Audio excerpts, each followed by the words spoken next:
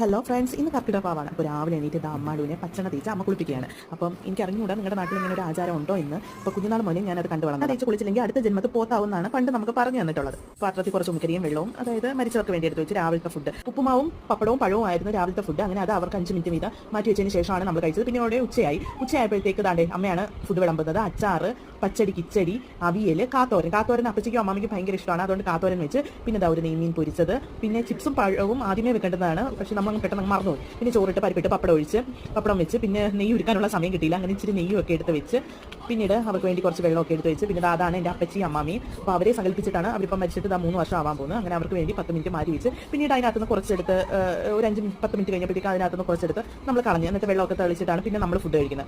അങ്ങനെ ഈ ആചാരം എല്ലായിടും ഉണ്ടോ എന്തുവാണെന്ന് അറിഞ്ഞുകൂടാ എനിക്ക്. ഞങ്ങളുടെ കൊല്ലം സൈഡിലും ഈ ഒരു ആചാരമാണ്. പിന്നെ ഞങ്ങൾ എല്ലാവരും കൂടെ ഒരുമിച്ചിരുന്ന് ഫുഡൊക്കെ കഴിച്ച്, പിന്നെ ബോളി എന്ന് പറയുന്നത്, ബോളിക്ക് നല്ലത് വെള്ള പായസമാണ്, സേമിയ